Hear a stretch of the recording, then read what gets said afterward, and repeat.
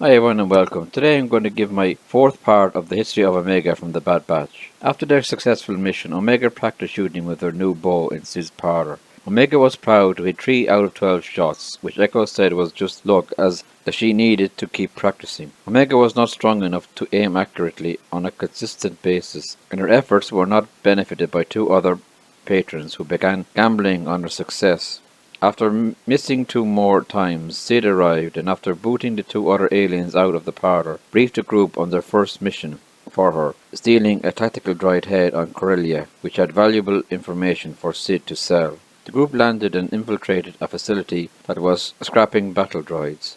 Once they snuck past the police droids and got inside, Hunter stationed Omega and Wrecker as lookouts, while he, Echo, and Tech moved in. Echo accessed a computer to discover that there was only one tactical droid inside, which Omega was able to spot on a conveyor belt. However, another individual, disguised as a worker, went in and stole the head. Omega alerted the others of this development before she found herself face to face with another person, Rafa Martez. Omega quickly drew her bow, causing Rafa to freeze and put her hands up. However, Rafa convinced her to lower the bow and walk and talk it out.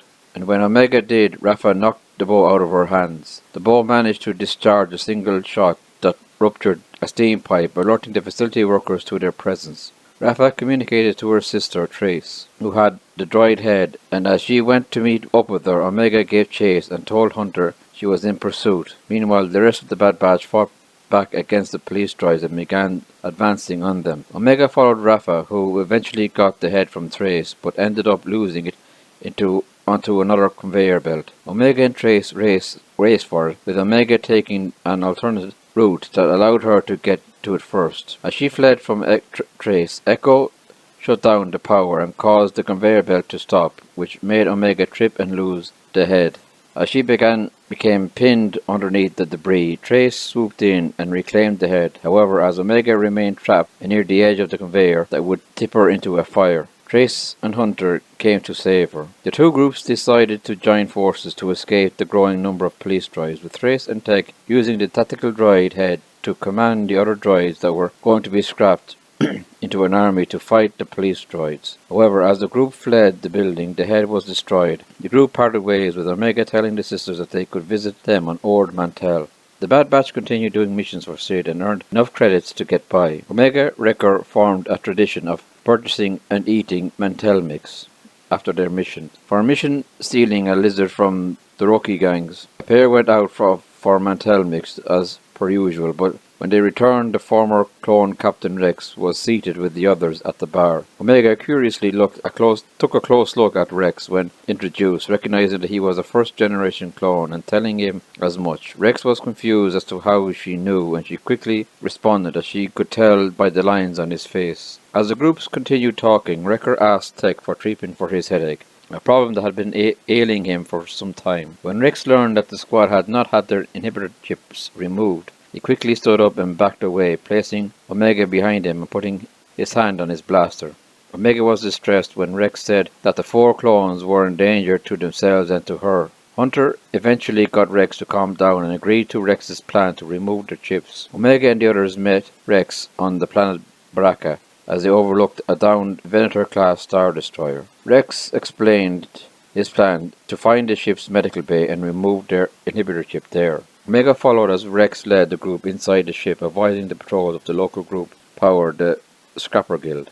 They eventually located the medbay, but as Wrecker prepared to be the first to be treated, his chip activated. After knocking out Tech, he chased Rex, Echo, and Hunter out of the room, with Omega staying as instructed to look after Tech. However, Omega decided to grab Wrecker's blaster and fire at him. As Wrecker had incapacitated the other three, he chased after Omega. She slipped underneath a door, but Wrecker forced the door open with ease. Omega tried to hide, but she was discovered, however, and she was saved by Rex, who stunned Wrecker just as she was discovered. As Wrecker was prepared for the chip removal once again, the procedure finished, but Wrecker did not immediately wake up. Rex suggested Hunter take Omega topside to get some air, but Omega firmly said that she would stay with Wrecker. The group sat around waiting, with Omega falling asleep, but she was awakened by Wrecker's gentle hand on her head. Omega excitedly welcomed him back, and as the others prepared to have their chips removed, Wrecker pulled Omega aside and apologized for what he had done, feeling bad that he was unable to control himself against the chip's effects. Omega told him that she didn't blame him and pulled out some leftover Mantel mix, telling Wrecker that their mission was a success and that they couldn't break their tradition.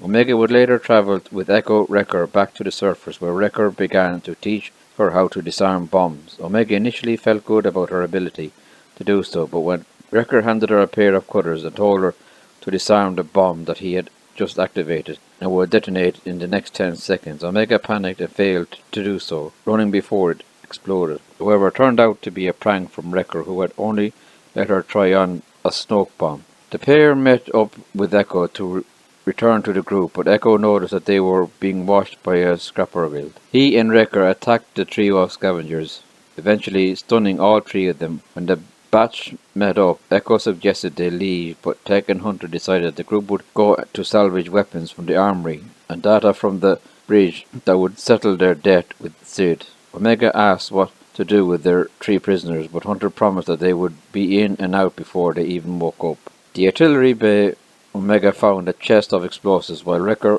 found several proton torpedoes. Omega asked if he could teach her how to arm one of the torpedoes, but Wrecker smiled and said that they were all his. Then Tech, who was on the bridge, calmed Omega to come to him, and she arrived to help Tech copy the master drive.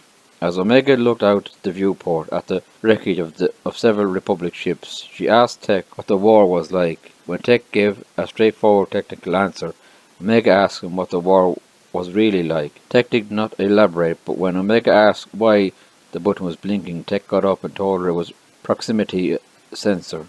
While Tech guessed it was a malfunction, a trio of Imperial shuttles flew by and landed. Tech warned Hunter to join them on the bridge. Seeing Crosshair, Omega followed Hunter and Tech back down to Echo and Wrecker, and they worked out a plan to escape. That's it for this episode. We shall have the next episode in the coming days. Please leave a comment below. Please also like and share and subscribe to my channel, and until the next time, may the force be with you.